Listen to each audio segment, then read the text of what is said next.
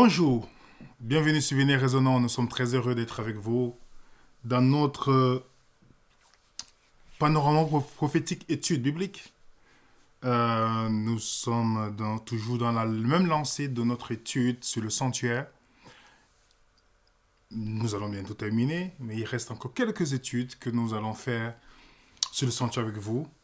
Et c'est toujours un privilège. Nous vous remercions à tous ceux qui nous envoient des messages pour le faire part de l'expérience, de leurs études, avec les documents, ce qu'ils font avec les documents. Et c'est toujours très important d'étudier pour comprendre pour nous-mêmes. C'est pourquoi nous partageons avec vous dans l'optique, non pas pour que vous soyez des vénères résonnants bis, mais que vous soyez vous-même dans votre identité avec Christ, avec le message, parce que ce message, nous sommes que de... C'est pas nous qui avons le copyright, c'est le Saint-Esprit qui a le copyright. Donc, prenez les documents, faites des études avec, parlez à vos propres mots, étudiez avec les personnes, comprenez pour vous-même. C'est ça. Nous croyons réellement au leadership de Jésus-Christ, le vrai leadership qui n'est pas du monde, où les leaders ont pour but de former des leaders, d'encourager les leaders, parce que vous êtes un leader, des leaders que vous êtes, d'aller faire le travail aussi de votre côté. Et en partageant ensemble, ça nous permet de grandir et de continuer à faire ce que Jésus nous appelait à faire dans Matthieu 28, aller prêcher la bonne nouvelle du royaume des cieux. Donc, aujourd'hui, nous allons toucher un point important. La semaine passée, nous avons parlé de l'humanité de Jésus-Christ. On a essayé d'expliquer pourquoi Jésus-Christ n'était pas différent de vous et moi lorsque tu es sur la terre. Sa dépendance totale à Dieu. On a expliqué. Aujourd'hui, nous allons voir pourquoi Jésus devait aller dans le lieu saint. Après, parce que beaucoup de nos amis chrétiens se sont limités à dire que Jésus était sur la terre. Mais ils ne savent pas où il est actuellement. Ils ne savent pas où est-ce qu'il est allé après, lorsqu'il a fini. Ils vont se demander qu'il est au ciel. Mais que nous dit le sanctuaire sur la question? C'est pourquoi le titre, c'est pourquoi Jésus devait aller dans le lieu saint. Seigneur, guide-nous dans ce moment d'étude au nom de Jésus. Amen. Donc,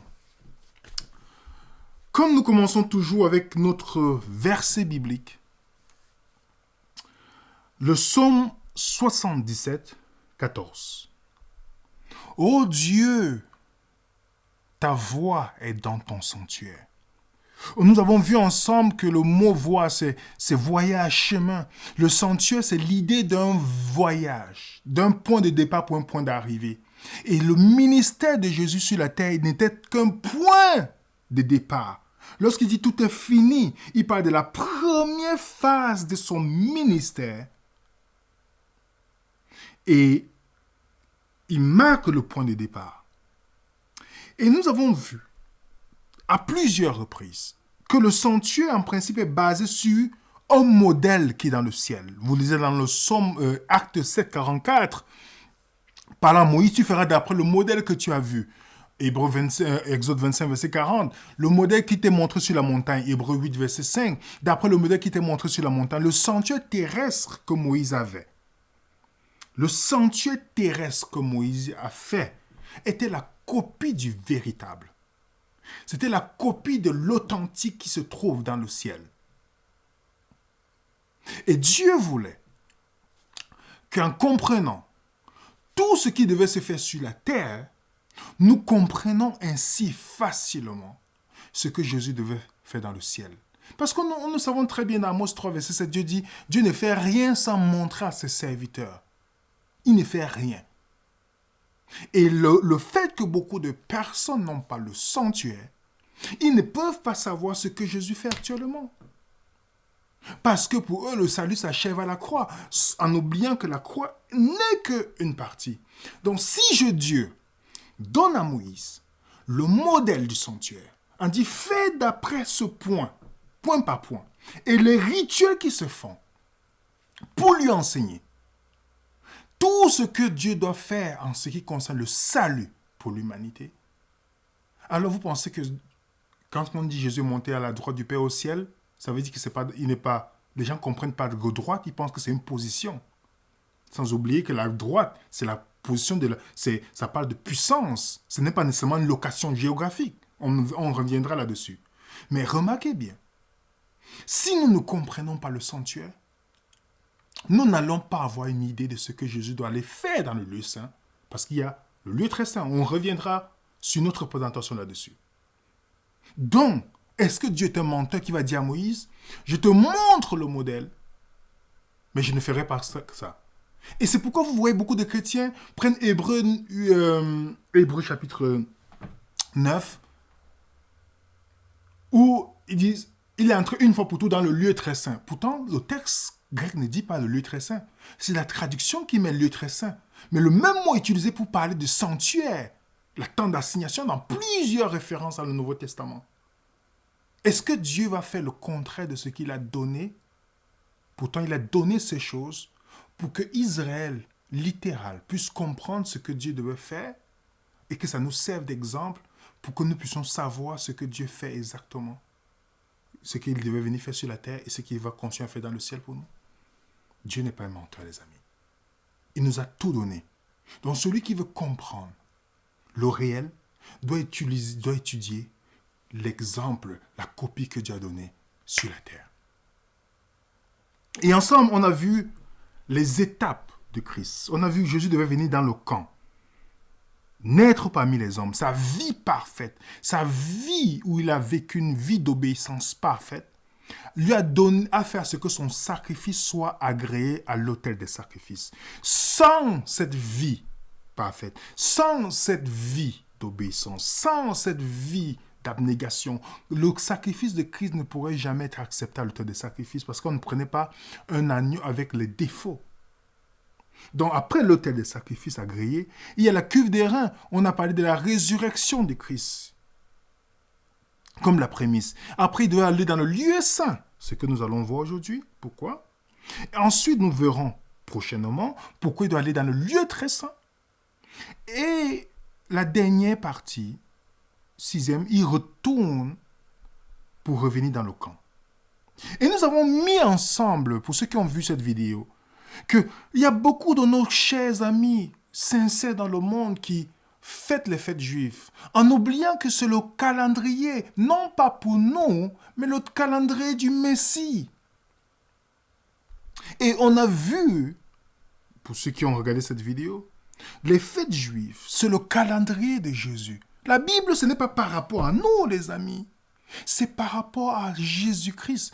Et c'est pourquoi la Pâque, Jésus-Christ est la Pâque. Notre Pâque, il était immolé, il était crucifié à la Pâque. Justement, ce n'est pas un hasard. Il est le pain sans levain, le levain symbole du péché. Il était sans péché. Il est les prémices, parce que c'est la résurrection, les premiers fruits.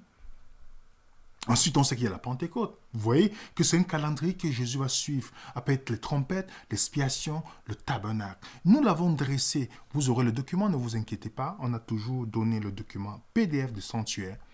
Regardez bien comment vous pouvez mettre ces fêtes ensemble avec le calendrier de Christ. Est-ce que vous et moi, on va aller intercéder pour nous, pour les gens dans le ciel? Non, ce n'est que Christ qui peut le faire. Regardez vous et moi.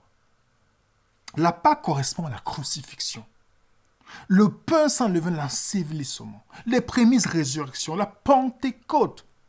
Souvent un sacrificateur. Le sacrificateur doit intervenir à la Pentecôte. La trompette en tant que sacrificateur. Pour annoncer qu'il y a un jugement qui vient. D'où vient maintenant l'expiation, où c'est le jugement. Et puis le retour dans le camp qui est le tabernacle. Ça, c'est le calendrier du Messie, les amis. Il y a beaucoup de nos amis sincères qui pensent que les fêtes juives, c'est ce qui nous concerne. Mais oublient que tout cela, c'est l'ombre des choses à venir. Tout cela pointe au calendrier de notre Seigneur Jésus-Christ. Je ne suis pas en train de condamner quiconque. Je dis nos amis sincères.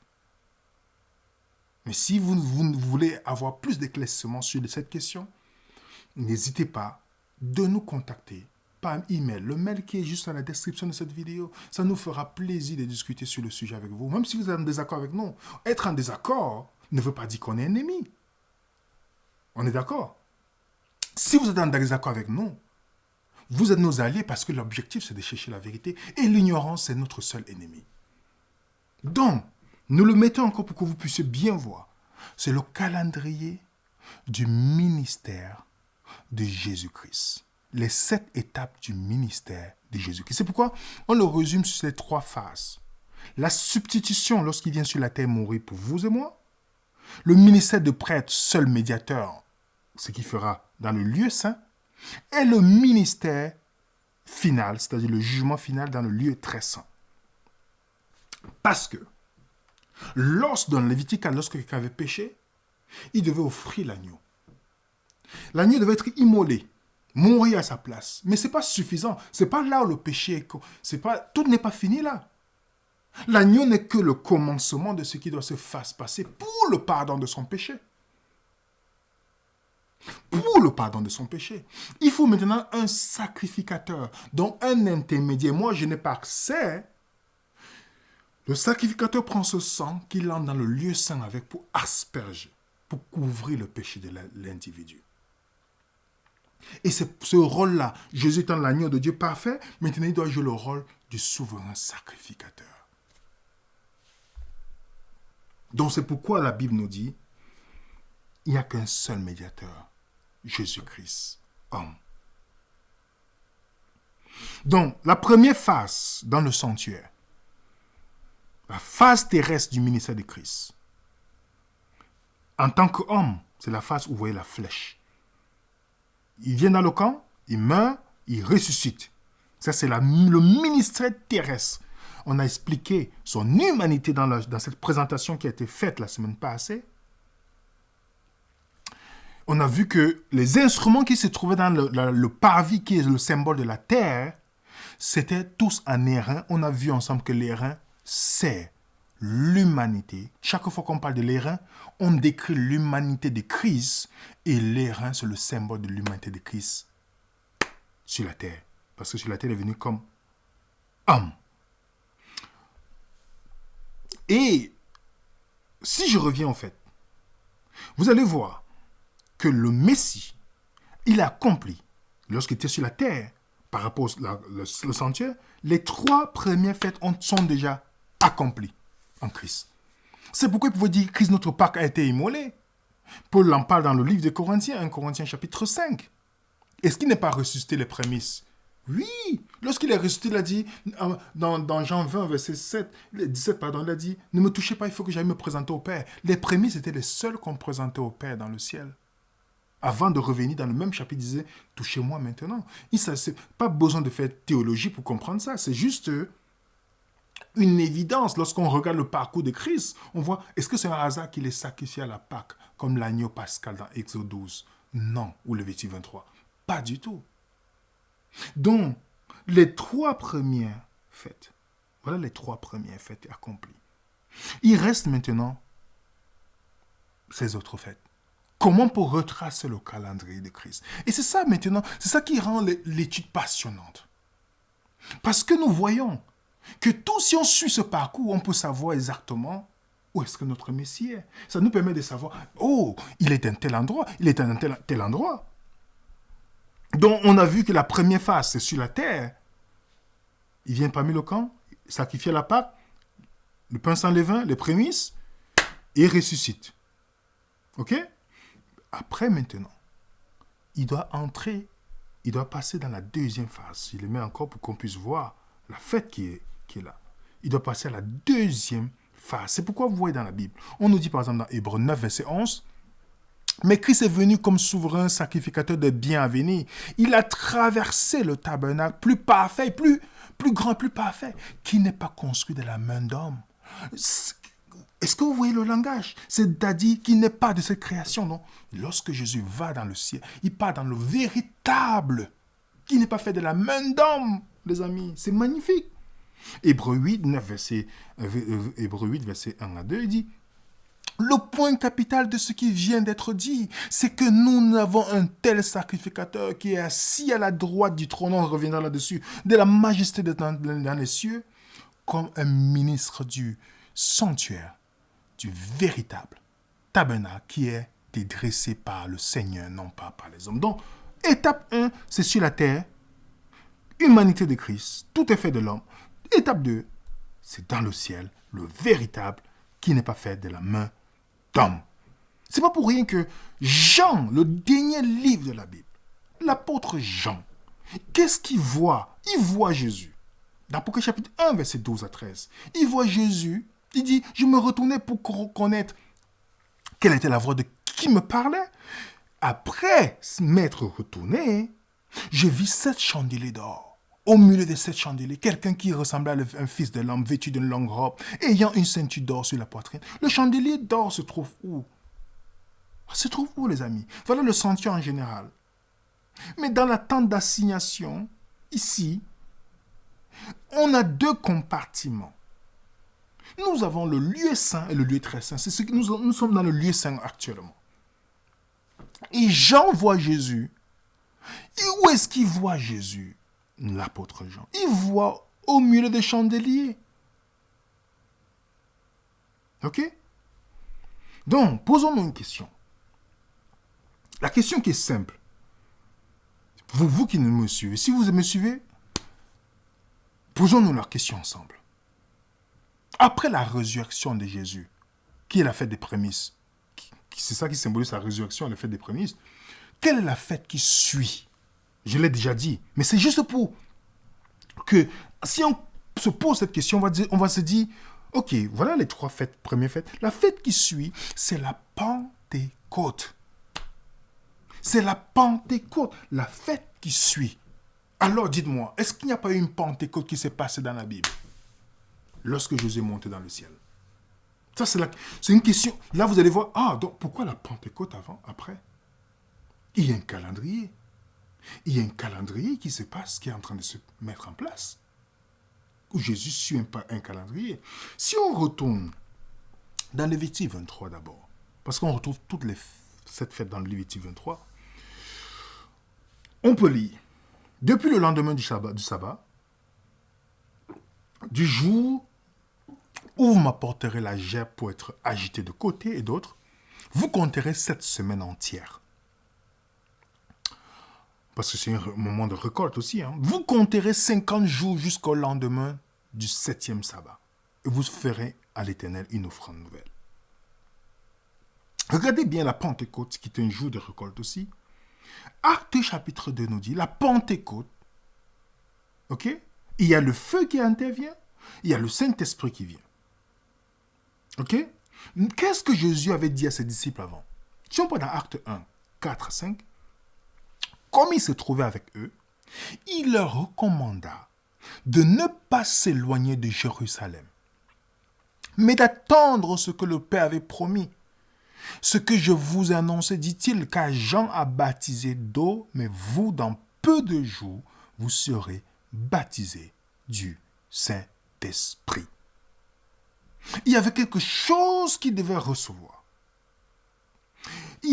Jésus lui a dit, restez dans là, restez. Vous allez recevoir quelque chose. Attendez dans cet endroit. Et regardez ce que les disciples ont fait. Et ça, si quelqu'un n'a pas étudié le sentier, il ne veut pas comprendre le langage qu'il est en train de mettre ici en place. Dans Acte 1, versets 15 à 26, on voit les disciples se lever pour remplacer Judas. Quelle est l'urgence de remplacer Judas? Au point, ils ont tiré au sort, ils ont eu Matthias pour pouvoir l'ajouter aux 12 apôtres, aux 11. Alors posons-nous la question. Pourquoi?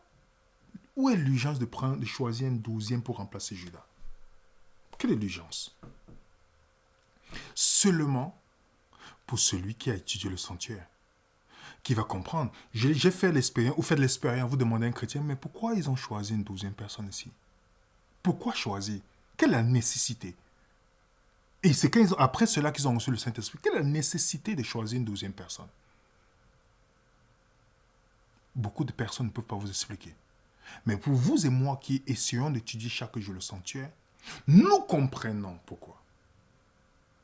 Nous comprenons que pour que le sacrificateur fasse son œuvre dans la tente d'assignation, Il doit porter 12 pierres, qui sont les 12 représentants d'Israël, et qui symbolisent les 12 apôtres. Ok? Est-ce qu'on comprend maintenant? Comme Judas a laissé sa place, il fallait une 12e personne. C'est pourquoi il fallait ça pour que Jésus puisse commencer son ministère dans le ciel. Et c'est pourquoi, c'est pas pour rien que le psaume 133, qui parle d'Aaron, mais en principe qui parle de Jésus, il dit, voici, il est agréable et doux pour les frères de demeurer ensemble. Regardez pourquoi ils demeurent ensemble. On dit qu'ils étaient tous d'un commun accord dans un même lieu. Il dit, remarquez bien, il dit, c'est comme l'huile précieuse qui est répandue sur la tête, descend sur la barbe d'Aaron et qui descend sur le bord de ses vêtements. Donc, si les gens demeurent ensemble dans un lieu et que Aaron est au-dessus, Jésus, et il est oint d'huile, et que l'huile descend sur lui, ça va nous toucher nous tous parce qu'on est dans l'unité. Ok? Et c'est pourquoi les disciples sont restés ensemble. Le sacrificateur, on sait très bien, il y avait des habits, des vêtements, il y avait les pierres, il y avait aussi les couleurs bien spécifiques sur le sacrificateur qui indiquaient, on a vu ça sur la présentation qu'on a faite, le sanctuaire du sacrificateur, on a vu que les couleurs, toutes ces choses ont des significations très importantes. Je vais passer rapidement parce qu'on a déjà parlé de ça, de toutes ces caractéristiques. On a vu que le sacrificateur devait avoir la foi.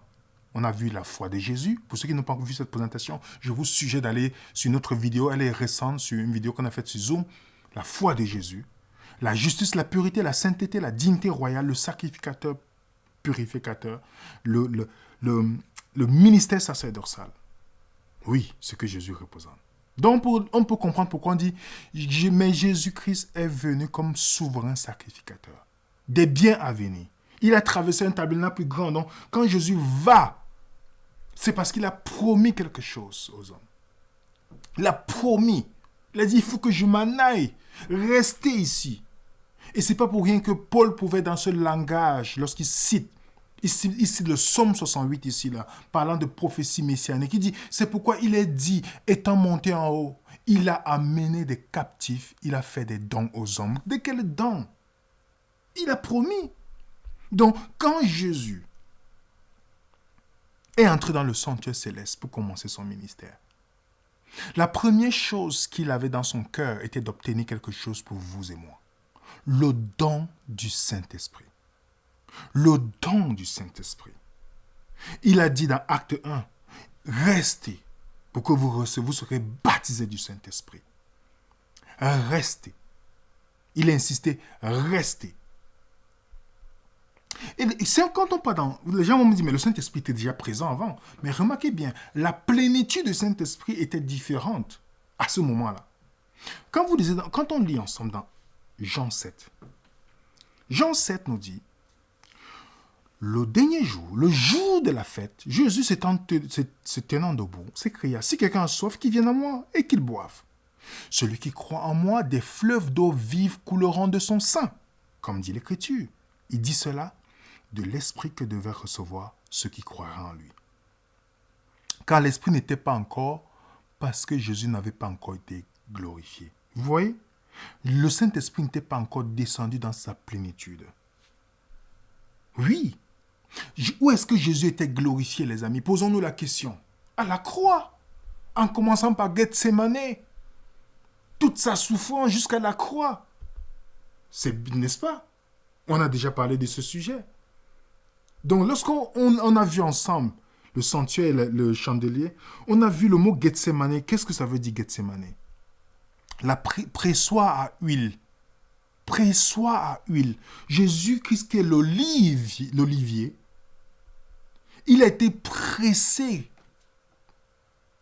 par sa gloire, il a été crucifié, brisé, pour qu'on obtienne l'huile. L'huile pour vous et moi, les amis. C'est pourquoi il fallait qu'il passe par là et puis monte maintenant. Vous dit, Père, est-ce que tu agrées mon sacrifice? Voilà, j'ai fait cela pour eux, pour qu'ils aient la provision du Saint-Esprit avec eux. C'est pourquoi dans Jean 16, il dit, si vous m'aimez, gardez mes commandements, et moi je prierai le Père, il vous donnera un autre consolateur. Le mot altros, un autre différent de moi, un autre consolateur. Et puis il dit bien, afin qu'il demeure éternellement avec vous. L'esprit de vérité que le monde ne peut recevoir, dont les mondains ne pourront pas recevoir. Parce qu'ils ne le voient point, parce qu'ils ne le connaissent point, mais vous, vous le connaissez. Car il demeure avec vous, il parlait avec ses disciples à l'instant. Lui, il demeure avec vous, mais il sera en vous. Donc, le Saint-Esprit changera de position. Vous remarquez, quand Pierre et les autres, ils ont abandonné Christ, ils avaient peur de lui, ils avaient honte de lui, ils ont tous fui. Le Saint-Esprit est avec eux. Mais quand le Saint-Esprit est venu en eux, Pierre était prêt à mourir pour Christ. Et tous, la plupart, sont morts pour Christ. Ceux qui étaient tous peureux. Et c'est pourquoi il fallait cette plénitude du Saint-Esprit dans la vie. Que Jésus est allé et le Saint-Esprit est venu. Et vous savez, ce qui est magnifique avec la Bible, c'est que pas besoin de dire « je pense que ». La Bible te montre comment ça s'est passé. Et c'est ce que je vais vous montrer maintenant. Comment ça s'est passé? Si on part dans le dernier livre de la Bible, je vais vous demander, je vais lire rapidement, mais soyons attentifs. Parce que si on comprend ce point, c'est fini, on peut passer à autre chose.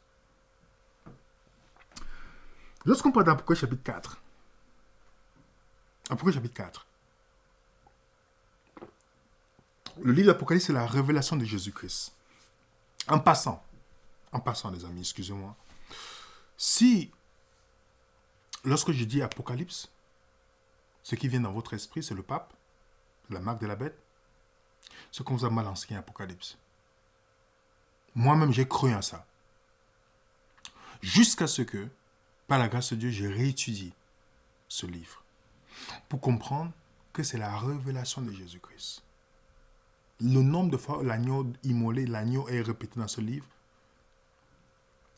donc ce n'est pas la révélation du pape, ni la révélation de la marque de la bête, ni la révélation des démons, ni la révélation des catastrophes, mais c'est la révélation de Jésus-Christ. Si ce n'est pas la première chose qui vient dans votre esprit lorsqu'on parle de livre d'Apocalypse, il est temps de faire le reset et de recommencer différemment à la lumière de la révélation de Jésus-Christ. Donc, dans la révélation de Jésus-Christ, au chapitre 4, on nous parle de quelqu'un qui est assis sur le trône. Je ne vais pas tout lire. Je mets les versets, vous allez pouvoir trouver. Quelqu'un qui est assis sur le trône. Ensuite, il y a les 24 vieillards. Vous savez déjà, dans le sanctuaire, il y avait la table de pain de proposition, c'était un trône aussi. Pour ceux qui ont déjà, on a fait une présentation là-dessus. C'est pourquoi il était couronné d'or. Lorsqu'on dit couronné dans la Bible, vous savez, pour ceux qui lisent les plusieurs versions, ce n'était pas couronné d'or pour rien. C'est pourquoi, remarquez bien, lorsqu'on dit Jésus à la droite du Père, peut-être les gens ne comprennent pas ce que ça veut dire lorsqu'ils regardent la table de pain de proposition. Mais où se trouve ici le chandelier? Le chandelier se trouve au sud. OK? Où se trouve le pain de proposition? Au nord. Le nord, c'est le septentrion. Où est-ce que Satan voulait s'asseoir, d'abord? Parce qu'on oublie, on pense que le trône de Dieu se trouve seulement dans le lieu très saint. On viendra quand on parle du lieu très saint. Mais remarquez bien, Satan voulait s'asseoir dans Ésaïe 14, aux côtés du nord septentrion du sanctuaire. Là, il y a le table de pain de proposition. Pourquoi?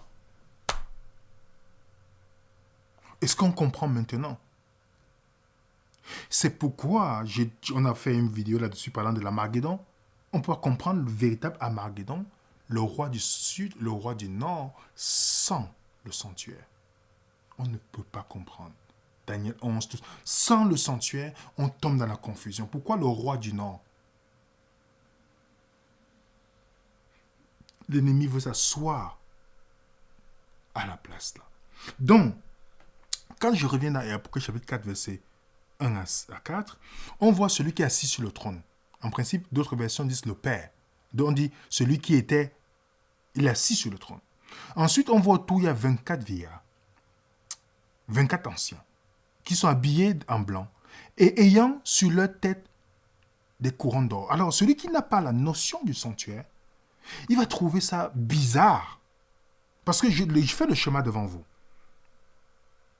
Voilà les 24 anciens qui sont autour, que j'ai mis en jaune. Il y a celui qui est assis sur le trône. Déjà, pourquoi 24 anciens? Quand on aura l'occasion, je vais seulement aller vite maintenant. Dans l'Ancien Testament, avant de revenir sur notre point, mettez bien le schéma que vous voyez là dans notre esprit, parce que c'est très important qu'on saisisse. Dans l'Ancien Testament, le Premier Testament, comme j'aime bien le dire, Aaron est un type de Christ, souvent sacrificateur. Et Aaron avait 4 fils. Et Jésus il y a 4 animaux que vous retrouvez. Les 4 fils d'Aaron, selon les positions. Et les 4 animaux, vous allez voir que ça correspond exactement de ce qu'on peut retrouver le type et l'antitype dans le sanctuaire. Et il y avait 24 prêtres qui officiaient. Les prêtres représentent ceux qui n'ont pas péché, parce que c'est ça. Le peuple représente les pécheurs. Les prêtres représentent ceux qui n'ont pas péché. Et ces 24, à tour de rôle, devaient officier dans le sanctuaire. Vous pouvez lire 1 Chronique 24, vous pouvez lire 1 Chronique 23 aussi, 1 Chronique 24. Vous allez voir que chaque... C'est pourquoi personne ne peut comprendre la notion des 24 vieillards ou 24 anciens sans le sanctuaire. Beaucoup sont tombés dans la confusion en disant que les 24 vieillards, c'est ceux qui sont ressuscités avec Jésus-Christ. Mais quand vous lisez le livre d'Apocalypse, vous voyez que Jésus n'était pas encore dans le ciel à ce moment. Apocalypse chapitre 4, Jésus n'est pas encore dans le ciel. Je peux vous donner plusieurs arguments, mais ce n'est pas l'étude du 24 vieillards aujourd'hui. Je vous donne seulement un point qui fait ce que les gens sont souvent confus. En plus, ce n'est pas 24 qui sont ressuscités avec Jésus. Ok? Mais Jésus n'est pas encore dans le ciel dans Apocalypse chapitre 4 ici. Parce qu'à partir du moment, Jean commence à donner la chronologie de comment Jésus est venu dans le ciel. Donc, et quand on continue dans Apocalypse chapitre 4 toujours, on a l'adoration qui se fait maintenant. On a quelque chose qui s'ajoute. Il y a celui il y avait devant le trône 7 lampes, qui sont les 7 esprits de Dieu. Ok? Il y a 24 vieillards. Il y a celui qui est assis, qui est le Père. Il y a 7 esprits de lui. Devant lui, il y a les 4 animaux. Nous sommes dans Apocalypse chapitre 4 ici, les amis. Nous sommes sur Apocalypse chapitre 4. Et vous lisez à la fin, il y a l'adoration qui se produit. Seuls les 7 esprits n'adorent pas celui qui est sur le trône. Les 4 animaux adorent, puisque c'est des créatures. Les 24 adorent aussi. Mais seuls les 7 esprits n'adorent pas. C'est magnifique qu'on comprenne ce point. Parce que si nous comprenons ça, ça va nous permettre d'avancer plus facilement dans d'autres choses. Est-ce que c'est clair jusqu'à date? Est-ce que c'est clair, les amis? Nous sommes dans Apocalypse chapitre 4 ici. Retenons bien. Retenons cela très bien. Parce que ça va nous aider. Comme j'ai mis les 4 animaux, vous portez l'Ancien Testament, vous allez voir le sud représentant l'homme, le lion, l'aigle, le veau. Tout ça, c'est le langage de l'Apocalypse, c'est le langage du sanctuaire. Maintenant, on revient à Apocalypse chapitre 5 maintenant. Apocalypse chapitre 5, nous voyons, on dit, puis j'ai vu dans la main droite de celui qui est assis sur le trône, qui est le Père, un livre. Les gens vont dire, mais le Père a un livre écrit dedans et dehors, scellé de 7 sceaux. Les 7 esprits qui sont là, ce n'est pas celui qui est sur le trône. Faisons bien la part des choses. Et maintenant, Jean s'écrit. Il pleurait dans le verset 4, il dit, je pleurais fort parce que personne n'était trouvé digne d'ouvrir le livre, ni de le lire, ni de le regarder. Et un des anciens me dit, ne pleure point. Le lion de la tribu de Juda, la racine de David, a vaincu pour ouvrir le livre et pour délier les 7 sceaux. Remarquez maintenant, mes amis, versets 6 à 9. Et je regardais, voici, il y avait au milieu du trône un des 4 animaux. Et au milieu des anciens, un agneau qui se tenait là comme mis à mort. Ayant 7 cornes et les 7 yeux, qui sont les 7, remarquez bien, qui sont les 7 esprits envoyés par toute la terre. Et tous se prosternent. Regardez, je mets le schéma pour que vous voyez. Le 24 ancien, celui qui est assis. Maintenant, il y a l'agneau immolé, les 4 vivants. Et on nous dit, quand l'agneau vient, les 7 esprits sont envoyés sur la terre. 7 veut dire la plénitude. Donc, la plénitude, le Saint-Esprit descend comme il n'est jamais descendu sur la terre. Lorsque l'agneau est monté, quand Jésus vient, le Saint-Esprit descend. Et ce n'est pas pour rien que dans Jean 16, il est dit, et moi je prierai, il vous enverra un autre consolateur. Il vous enverra un autre consolateur. Éphésiens 4, verset 8, il a fait des dons aux hommes. Étant monté en haut, il a fait des dons aux hommes. Il a fait des dons aux hommes. Quel don? Le don du Saint-Esprit. Le don du Saint-Esprit. Et nous voyons dans 1 Corinthiens 12 comment il le dit. Il y a une diversité de dons. Comprenez bien, il y a une diversité mais le même esprit. Qui s'occupe du don? C'est le Saint-Esprit. Il y a une diversité de ministères, mais le même Seigneur. Là, c'est autre chose. Il y a une diversité d'opérations, mais le même Dieu qui opère tous en tous. Chacun à la main. Vous voyez, est-ce que vous voyez le point ici? Pour le don, c'est le Saint-Esprit. Donc, quand vous voyez les 7 esprits, et ce n'est pas pour rien que dans l'introduction de Jean, il dit, gens de cette église qui sont en Asie, que la grâce et la paix vous soient données de la part de celui qui était et qui vient. Ça, c'est le Père. De la part des 7 esprits qui sont devant son trône et de la part de Jésus-Christ. On voit un triade ici. Et la Bible est remplie d'enseignements, mes chers amis. Il y a ce qu'on appelle l'étude typologique. Nous l'avons déjà évoqué. Avec qui Dieu a scellé l'alliance. Si vous lisez, vous allez voir qu'Abraham, il parle de, quand on parle même de Dieu, on dit le Dieu. On ne dit jamais le Dieu de Noé, ni le Dieu d'Élie, ni le Dieu de Jean-Baptiste, pourtant le plus grand des prophètes. On dit le Dieu d'Abraham, le Dieu d'Isaac, le Dieu de Jacob. Le Dieu d'Abraham, Dieu d'Isaac, le Dieu de Jacob. Pourquoi c'est ces 3? Même Jésus le prononce dans le livre Marc chapitre 12. Pourquoi il le dit? Parce que ces 3 symbolisent justement ces 3 triades que je viens de vous expliquer. Abraham représente le Père. C'est pourquoi on dit le Père de la foi, le Père.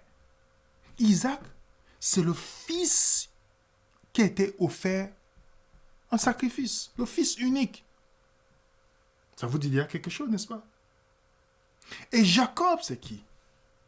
Pourquoi on ne dit pas le Dieu d'Israël? On dit le Dieu d'Abraham, le Dieu d'Isaac, le Dieu de Jacob. On ne dit pas le Dieu d'Israël. Parce que le nom Jacob a une importance. Le nom de Jacob veut dire supplanteur, celui qui vient à la place de l'autre. C'est celui qui est venu à la place du premier-né. Ça vous dit quelque chose? Qui est venu à la place du premier-né? Qui est le premier-né? Pas le premier créé. Dans la Bible, le premier-né ne veut pas dire premier créé. Qui vient à la place du premier-né? Colossiens 1, verset 15. Le Saint-Esprit. Qui vient à la place de Jésus. Le Fils qui a été offert en sacrifice. Quand nous regardons ça, après pour avoir votre pensée, tout ça, mais quand nous regardons, nous devons dire, Dieu ne fait rien au hasard dans la Bible. Rien. Seulement pour celui qui veut. La vérité est simple. C'est l'erreur qui est complexe. Parce que les gens ont dit, mais c'est l'Esprit de Dieu. Mais Jésus est l'agneau de Dieu, ça veut dire que c'est le Père? Non. Comprenez quand vous voyez l'expression, moi je ne savais pas, mais c'est en étudiant que j'ai compris. Quand on parle de les 7 esprits de Dieu, les 7 mauvais esprits, l'esprit du mal, on parle de provenance ici. Parce qu'il y a l'esprit malin, maléfique. Donc c'est la provenance qu'on parle toujours, dont on parle ici, on utilise l'expression. Donc on vous dit, la colombe, il était une colombe, Jésus est l'agneau, est-ce que ça empêche que ce soit une personne? Est-ce qu'on peut attrister un GPS? Il va vous dire, tourne à gauche, non, je suis triste, pourquoi tu as tourné à droite? Non. Si vous voulez entrer dans les détails, on a fait une vidéo là-dessus pour expliquer. Mais ce n'est pas le point. Je voulais seulement attirer notre attention à matière à réflexion. Maintenant, pourquoi la question qu'on doit se poser? Pourquoi les 7 esprits? Pourquoi les 7 esprits sur la terre? C'est une question qu'on devons nous poser. On a vu que le chandelier, c'était 7. OK? Et 1 Jean 2, verset 6 nous dit Jésus qui c'est notre modèle en toutes choses. C'est notre modèle. 1 Pierre 2, verset 21 le dit aussi. Donc, quand Jésus est venu sur la terre, il était baptisé du Saint-Esprit. Mais là, Ésaïe nous dit qu'il devait recevoir les 7 esprits, la plénitude du Saint-Esprit. Ésaïe 11, verset 1 à 4. Puis un rameau sortira du tronc d'Ésaïe et un rejeton naîtra dès ses racines. L'Esprit de l'Éternel 1. D'autres versions mettent 2 points comme ça. Non, pourtant, il n'y a pas de 2 points là. L'Esprit de l'Éternel, l'Esprit de sagesse 2, l'Esprit d'intelligence 3, l'Esprit de conseil 4, l'Esprit de force 5, l'Esprit de connaissance 6, l'Esprit de crainte de l'Éternel 7. Il devait remplir de la plénitude. Et vous lisez Zacharie 4, verset 6, où on fait le lien avec ça. Rempli de la plénitude du Saint-Esprit. Et nous autres aussi, nous devons être remplis de la plénitude du Saint-Esprit. Ce n'est pas pour rien que dans Matthieu 12, versets 43 à 45, vous connaissez cette parabole que Jésus prononce. Lorsque l'esprit impur est sorti d'un homme, il va par les lieux arides, cherchant du repos. Il n'en trouva point. Alors il dit, je retournerai dans ma maison, d'où je suis sorti. Et quand il arrive, il la trouve vide, balayée et ornée. Il s'en va, il cherche 7 autres esprits plus méchants que lui. Vous comprenez ce qu'il dit? La conclusion, c'est quoi? Il sera, on dit, la dernière condition de cet homme est pire que la première. L'ennemi va vouloir qu'on soit aspergé du Saint-Esprit. Dieu dit, je veux que tu aies la plénitude pour occuper toute la place possible. C'est pourquoi nous avons besoin de la plénitude du Saint-Esprit. Nous avons besoin de la plénitude du Saint-Esprit dans notre vie pour pouvoir progresser avec Dieu. Grâce pour nous permettre de ne plus être dans notre nouvelle naissance. Jésus a dit quoi? Ceux qui vont... Il a parlé de la nouvelle naissance, vous vous rappelez. Il faut que vous naissiez d'esprit. Mais il faut aussi que nous soyons baptisés du Saint-Esprit. Parce que la vie de Christ était marquée du Saint-Esprit. Né du Saint-Esprit, marcher par le Saint-Esprit. On voyait que le Saint l'accompagnait dans tout ce qu'il faisait. Et vous et moi, nous devons aussi naître du Saint-Esprit. Comme Jean 3, verset 8 nous dit. Nous devons naître du Saint-Esprit. Nous devons marcher. Tout ce que Jésus a fait sur la terre, il a fait parce qu'il dépendait totalement de son Père. Totalement de son Père. C'est pourquoi Jésus dit, il le dit très bien, quand nous allons recevoir, nous ferons de plus grandes choses. Dieu fera les grandes choses aussi comme il l'a fait à travers Christ pour nous. Donc pour ceux qui veulent savoir plus de détails sur tous les fruits qui viennent du Saint-Esprit, vous les regardez cette vidéo que nous avons faite sur un panorama prophétique sur le chandelier d'or et l'huile d'olive. Donc, dans Lévitique 24, il y a une chose que le sacrificateur devait faire. On nous dit, Aaron prépara pour que les lampes brûlent continuellement, du soir et du matin, en présence de l'Éternel. C'est une loi perpétuelle pour vos descendants. Le sacrificateur devait veiller que l'huile soit en permanence. En permanence. Et vous savez que quand on parle de Jésus au milieu de cette église, il doit veiller que chaque étape de l'église dans le monde, que le Saint-Esprit soit présent pour éclairer les hommes. Dans le lieu saint, vous savez que le chandelier était en face des tables de pain de proposition. Donc, si le chandelier, on sait très bien que cette table-ci, c'est le pain, c'est-à-dire la parole de Dieu, 6 à côté des 6, ce sont 6 livres. Si le chandelier a pour but de briller, parce que Exode 25 nous dit, Exode 27, 35 nous dit, pour éclairer en face. S'il a pour rôle de briller, alors qu'est-ce que nous devons nous poser comme question?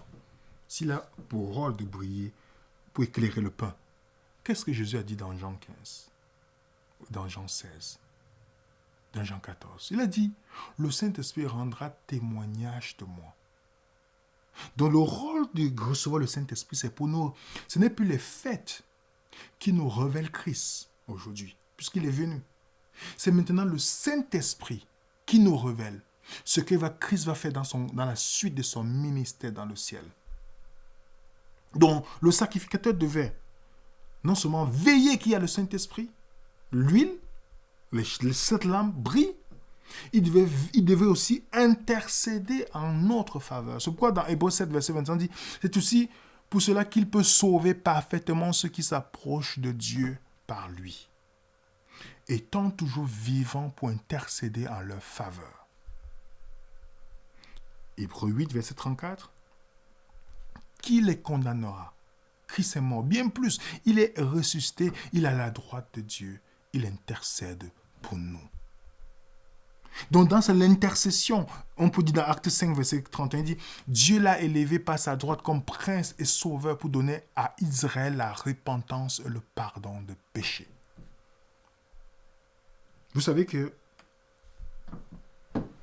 chaque fois que nous péchons, quand Jésus était dans le lieu saint, parce qu'on va voir la prochaine fois où Jésus est actuellement dans le lieu très saint.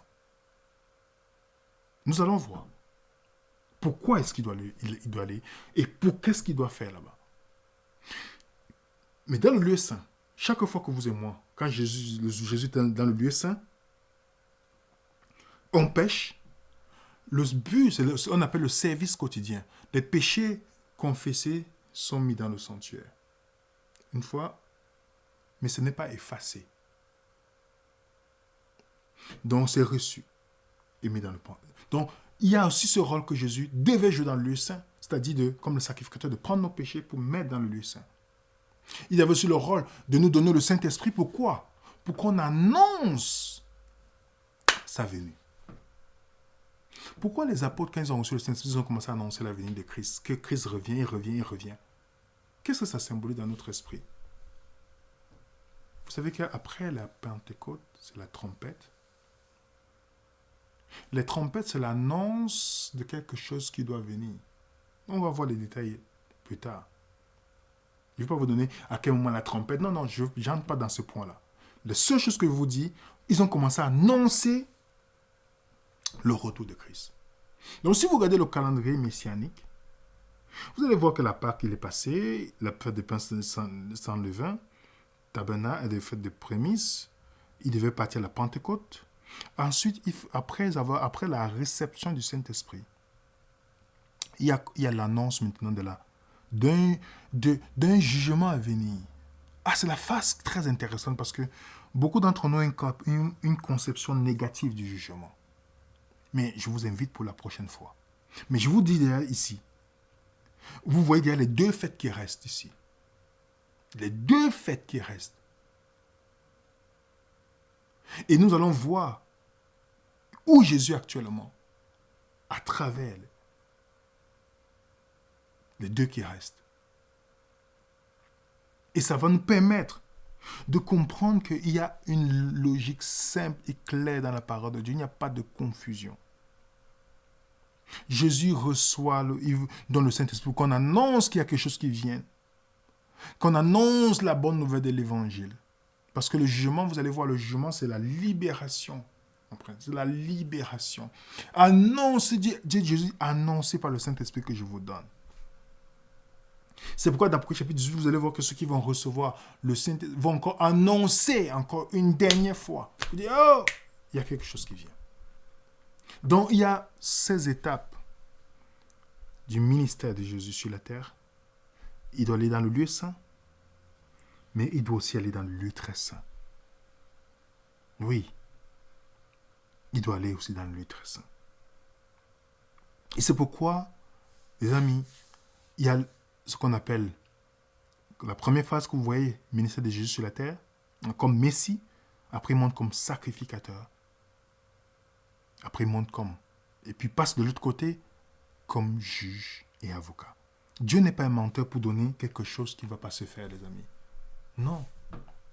Il n'est pas un menteur. Le fait que, pour il nous a donné, c'est pourquoi quand je vois beaucoup de chrétiens dire non, l'Ancien Testament, c'est fini. Non. Qui vous a dit que Dieu n'a jamais appelé ça Ancien Testament? Même quand Paul dit à Timothée, amène-moi le truc, il ne dit pas l'Ancien Testament. Quand on lit dans 2 Timothée 3, verset 16, le Nouveau Testament n'existait pas encore. Paul dit, tout est chrétien inspiré de Dieu. Il parlait du Nouveau Testament. Jésus dit, vous sondez les Écritures, rendent témoignage de moi. Qu'est-ce qui rend témoignage? Quelle écriture vous avez? Le Nouveau Testament? Non. Non. Ça parlait de ce premier testament. Donc, celui qui ignore tout ce que Dieu a donné par rapport au sanctuaire ne peut jamais comprendre l'évangile. L'évangile, ce n'est pas seulement la mort sur la croix. Parce que le but de l'évangile, c'est une puissance pour nous, pour ça ne plus pécher. Et est-ce qu'on ne continue plus à pécher aujourd'hui? Alors, qu'est-ce que Jésus est en train de faire? C'est justement le sanctuaire nous montre qu'est-ce qu'il est en train de faire pour que nous ne péchons plus. Parce que nous tous, nous serons semblables à lui qui va revenir. Qu'est-ce qu'il est en train de faire? C'est pourquoi la vue d'ensemble, mes chers amis, je mets encore ça pour que vous voyez. Celui qui se focalise seulement sur la croix.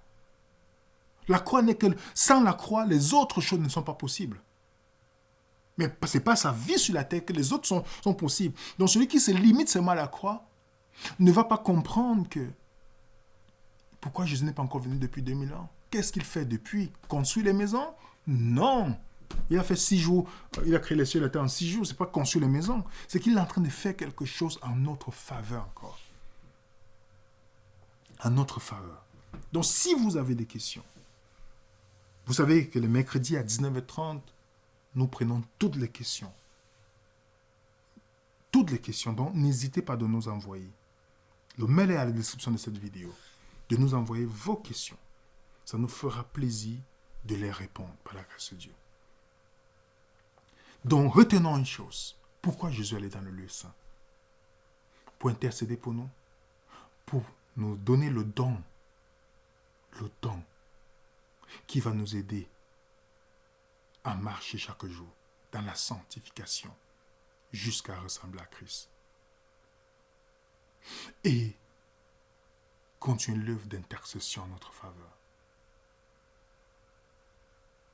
Et il l'a fait. Il l'a fait pour vous et moi. Donc, nous devons être reconnaissants avec Jésus quand même. Parce que de voir le sacrifice qu'il fait, et quand on regarde les Saintes Écritures, dans le livre d'Apocalypse, vous allez voir que Jésus a hâte de retrouver tous ses enfants. Il a hâte. C'est nous qui ne sommes pas pressés de le voir, mais il a hâte de retrouver ses enfants. C'est pourquoi il essaie de travailler. Il use de patience en espérant que nous puissions donner notre cœur à lui. Et c'est pourquoi nous devons être reconnaissants avec Jésus-Christ. Parce que c'est l'amour sacrificiel. D'aller intercéder pour les gens qui ne pensent même pas à toi, qui pensent qu'à leur vie. De donner ta vie pour les gens qu'en retour ne vont même pas t'aimer en retour. C'est l'amour sacrifice. Quel exemple Jésus nous enseigne là.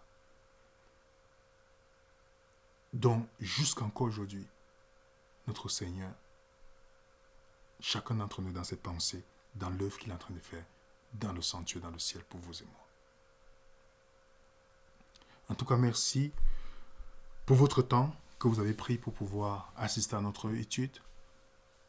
Nous vous donnons rendez-vous la prochaine fois pour montrer comment la Bible nous montre qu'il devait quitter du lieu saint, le très saint. Et qu'est-ce qu'il devait faire? Et qu'est-ce que ça nous enseigne par rapport à ce jugement qu'on va revoir là? Qu'est-ce que ça nous enseigne sur le jugement de la fin des temps? Parce que si on comprend ça, on n'est plus confus sur le feu éternel, sur tout. Si on comprend, plus de confusion, mes chers amis. Donc je vous invite à être samedi prochain, par la grâce de Dieu. C'est pas la grâce de Dieu qu'on peut être là samedi prochain pour pouvoir étudier ça ensemble. Que Dieu vous bénisse abondamment. Si vous n'êtes pas encore abonné à notre chaîne, abonnez-vous. Et regardez la description de la vidéo, vous allez voir nos mails, notre chaîne Odyssée aussi, où nous sommes en train de travailler avec une autre chaîne pour pouvoir mettre plusieurs vidéos. Priez pour nous. Merci pour vos encouragements. N'hésitez pas de mettre un coup de pouce à la fin de la vidéo. Comme ça, cette vidéo pourra être référencée par la grâce de Dieu. Ainsi, vous contribuerez à cela. Et merci encore pour tous ceux qui nous soutiennent et qui nous encouragent, qui prient pour nous. C'est pas la grâce de Dieu, pas vos prières que nous sommes. Nous pouvons nous asseoir pour étudier, nous simples étudiants de la Bible, et partager avec vous les merveilles de la parole de Dieu. Que Dieu vous bénisse abondamment et bon après-midi. On se dit à tout à l'heure si Dieu veut, sur Zoom. Que la paix du Seigneur soit avec vous. Et à très bientôt. Au nom de l'équipe de Venez Raisonnons, nous vous souhaitons un bon après-midi pour certains, bonne soirée, bonne journée. Ou que Dieu vous bénisse pour ceux qui regarderont cette vidéo plus tard. À très bientôt les amis.